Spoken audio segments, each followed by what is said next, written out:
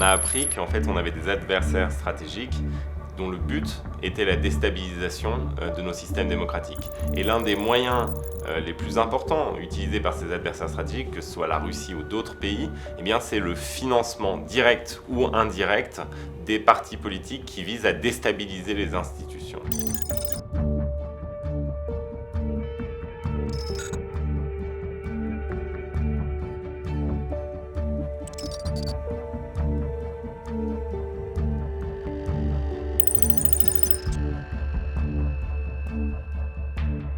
Vous le savez, je plaide depuis longtemps pour que la France et la Russie reprennent. Guardi, non abbiamo chiesto né visto né preso un euro di finanziamento dall'estero.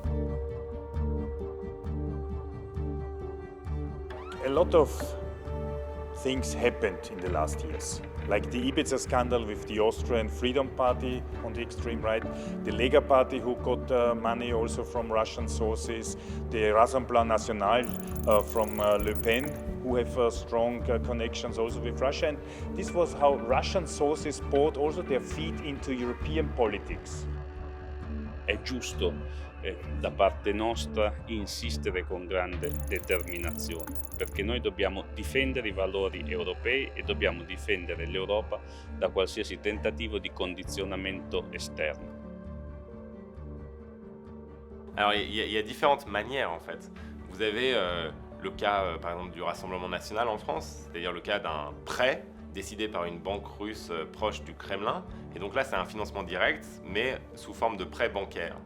Vous avez aussi des financements indirects, on l'a vu dans la campagne sur le Brexit, où en fait des prête-noms anglais étaient engagés par les Russes pour financer la campagne du Brexit. On a aussi des exemples de financement par tierces parties. C'est-à-dire que par exemple, en Allemagne, c'est possible pour un tierce parti de faire campagne au nom d'un autre parti. Donc vous avez par exemple l'AfD qui ne sera pas financé directement, mais qui peut bénéficier du soutien dans ses campagnes d'organisations complètement inconnues, dont les financements sont complètement opaques et qui font campagne en fait pour l'AfD. Donc c'est de la campagne indirecte. Dobbiamo poi armonizzare le diverse legislazioni nazionali tra di loro. Il fatto che ogni paese si muova in maniera differente o abbia anche regole diverse riguardanti il tema, ad esempio, del finanziamento alla politica, complica tutto e lascia uno spazio a disposizione di chi dall'esterno vuole ingerire, vuole interferire, vuole tutelare i propri interessi che non sono gli interessi europei.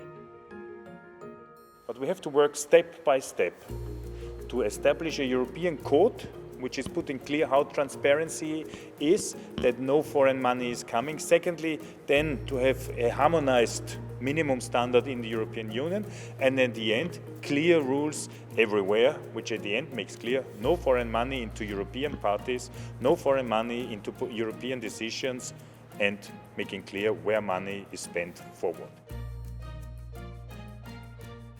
There are certain political parties who don't take any donations and others take a lot. And what do you think where more foreign interference can take place? The ones that take donations. And here I think we have room for maneuver to come up with better rules.